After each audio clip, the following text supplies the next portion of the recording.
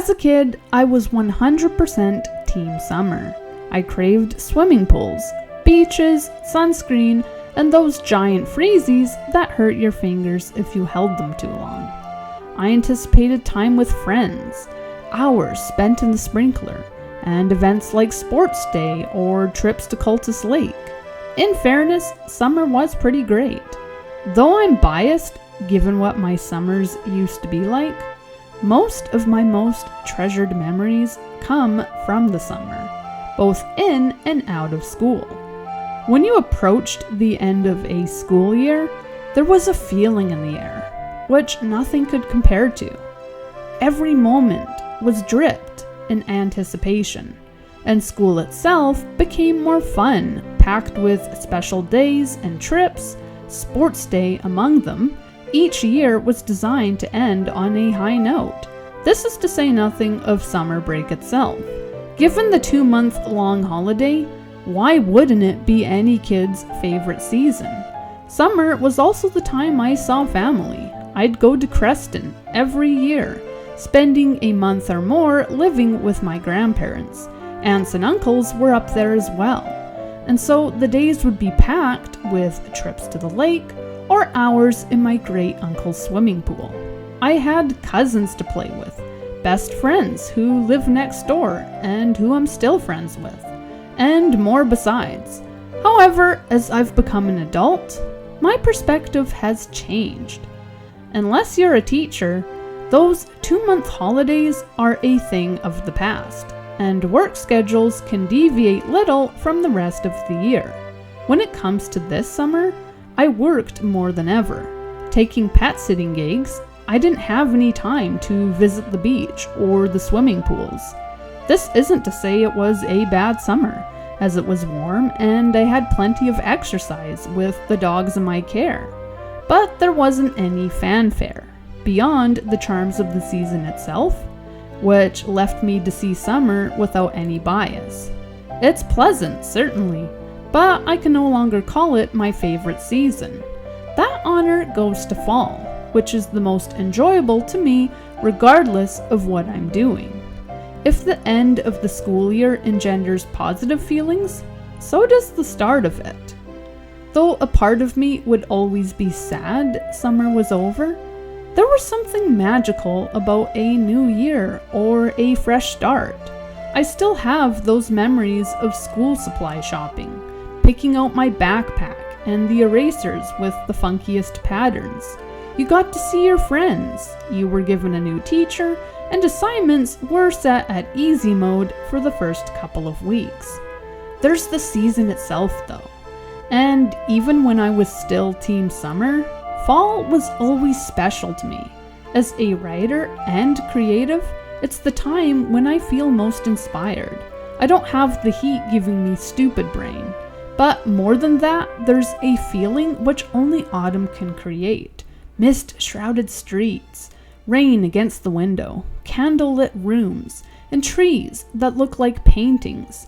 I love fall, and there are at least 4 reasons why it feeds into my creativity. This channel is supposed to be focused on books, whether that's discussing them or learning to write them. But in my writing videos, I've also discussed inspiration itself, and the season can play a role in that.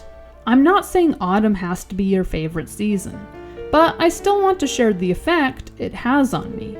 Autumn holds a special place in my heart for all my appreciation of summer, and whether because of the moody vibe or Halloween, there are at least 4 reasons why. Reason number 1, an aesthetic environment. We don't always think about it, but the environment has a huge effect on the mood. As someone who loves visuals and color, I'm easily affected by my surroundings. Fall is just, well, aesthetic. Flowers come in particularly vibrant hues, to say nothing of the leaves, and fruits and vegetables of all kinds add brilliance to nature.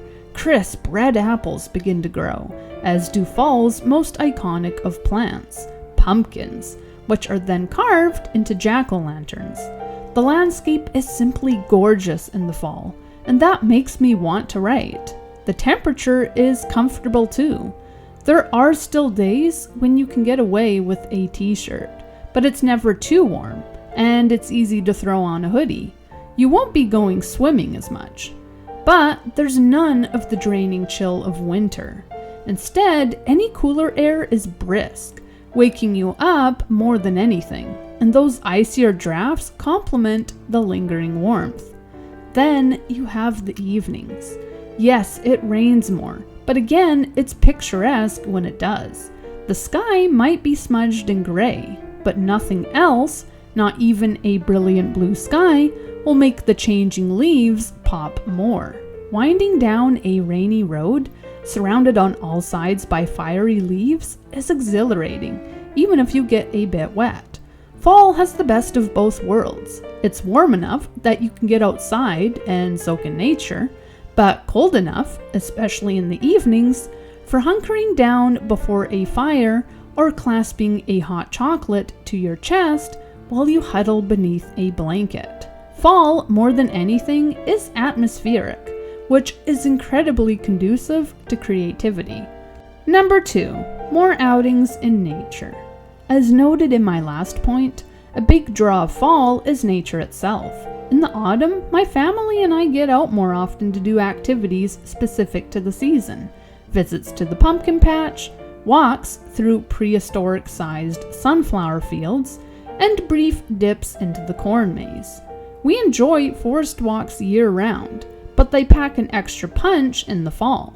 In addition to looking at leaves, we gather them, using them to decorate our home, and the ground is awash in a multicolored carpet. I've mentioned before that stepping into nature is one of the best ways to regain creativity, and so it goes without saying that these forays into flowers, trees, and pumpkins would be invigorating. Other activities we've discussed include walks along the beach and trips into places like Lynn Valley, where the leaves are in full form. On the odd day, you'll find hints of summer or winter too. On a warmer day, you might even get away with swimming or walk through the park. All in all, fall is just the best time to get out. It's never too warm, sapping your strength, and any chill can be easily combated with a sweater, making it easy to get out and remain comfortable while doing so. As an aside, be sure to like this video if you're enjoying it so far. Number 3, family time. If there's one thing that's essential to creativity, it's the ability to rest, of which seeing family is a big part. It's not that we don't see family during the rest of the year, but fall seems to be designed for encouraging a cozy vibe. Holidays like Thanksgiving and Halloween are included in the same month even if you're Canadian. And people, probably due to the last point on this list, are more eager to do things together. This convivial attitude continues into winter, of course, with holidays like Christmas and New Year's being of significance, but it starts with fall. People return home from lengthy vacations, ready to reconnect with those they don't see that often. There's great food, candlelight, and plenty of laughter. The chef in the family treats relations to homemade pumpkin pie, and people might even start planning their Christmas shopping. In the fall, there's so much to do, and the instinct is to do it together. Depending on your family, there might be baking, cookies, and pies, as well as seasonal treats like candy corn and applesauce. If there's one thing that's necessary when it comes to cooking and baking, that's people to eat the food. A pie goes down much better if family comes together to enjoy it. This is to say nothing of Halloween. While not as family-oriented as, say, Thanksgiving, I remember Halloween being a social time. With my immediate family, the holiday was a big deal. Outside of trick-or-treating, we had special movies we watched together. Even now, activities we enjoy include Halloween-themed scattergories, sharing themed music playlists, and carving pumpkins together, to say nothing of all the outings into nature. Fall, just as much as winter, is a time to see people, which makes this season fulfilling on several levels, recharging me for when I do get back to creating. Number 4, supernatural content. This is more specific to me than anything, but anyone who follows this channel knows what a fantasy nerd I am. Harry Potter and Lord of the Rings were my jam as a kid, and that hasn't changed. While my parents enjoy fantasy books and films, they're more into mysteries or romance most of the time. That all changes in the fall though, especially in October. With the changing season comes the annual marathons of Lord of the Rings, Harry Potter, and Twilight, as well as our slew of Halloween movies, which we only watch once fall has started officially. I've been known to enjoy other genres besides fantasy, including Regency romance, drama, and mystery, but fantasy will always be my go-to, and I've read a majority of the most notable works, enjoying everything from Tolkien to Sarah J. Maas and Brandon Sanderson. The autumn just allows me more of what I love, since everyone else is consuming the same content I do. During October, 90% of the movies we watch are of a paranormal bent. Consuming stories focused on vampires, werewolves, witches, ghosts, and aliens, I'm in my element. We don't have to argue over what we're watching, because the season decides for us. And watching shows centered around my favorite topics, as well as burning through my all-time favorite franchises, is going to make me feel good. This is to say nothing of the books. As a writer, it shouldn't be a surprise that I'm also an obsessive bookworm. Not only do I buy books to excess, but I read plenty of them too. And the fall is my time to dive into the collection of vampire books I've amassed over the years, as well as read the standalones I've neglected. I hope to finally read The Exorcist this year, and I have no shortage of Stephen King novels to read as well. Horror is a genre I'd like to dive into more in the future, and the fall gives me the perfect excuse to get started. I love fantasy of all kinds, but appreciate fantastical stories with a scary bent as well. And authors like Stephen King and Anne Rice have influenced my own storytelling. I've even considered leaning into my tendency for the macabre, and I've wondered if my writing, as it stands, wouldn't be considered horror on some level. Ultimately, the fall gives me the space to embrace the types of stories I most enjoy, be they centered around witches or the occult, adding to the many reasons this season is special for me. Though I favored summer as a kid, I've noticed for years that autumn made me feel more inspired.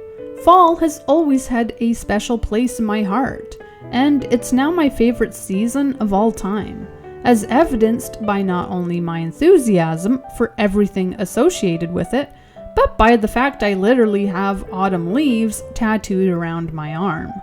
From the beautiful vistas and increased time in nature, to the chance to reconnect with family and consume supernatural content, there are many reasons fall makes me feel more inspired.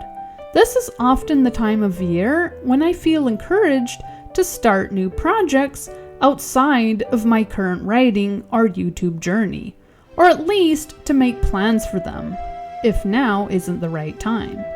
Fall is the time of year when I feel most alive, and therefore most creative, as I'm invigorated by brisk forest walks, rich food, and the presence of my closest relatives.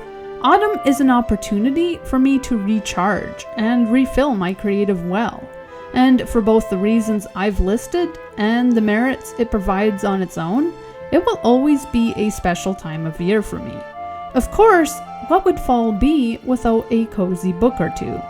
If you're as excited by the autumn as I am, you'll want to have a stack of books to dive into. Over the past 2 weeks, I've compiled a list of books I recommend others read in the fall. If you want to watch the first part, click the video on the left. And if you want to see my second set of recommendations, hit the video on the right. If you enjoyed this video, be sure to subscribe. And as always, happy reading!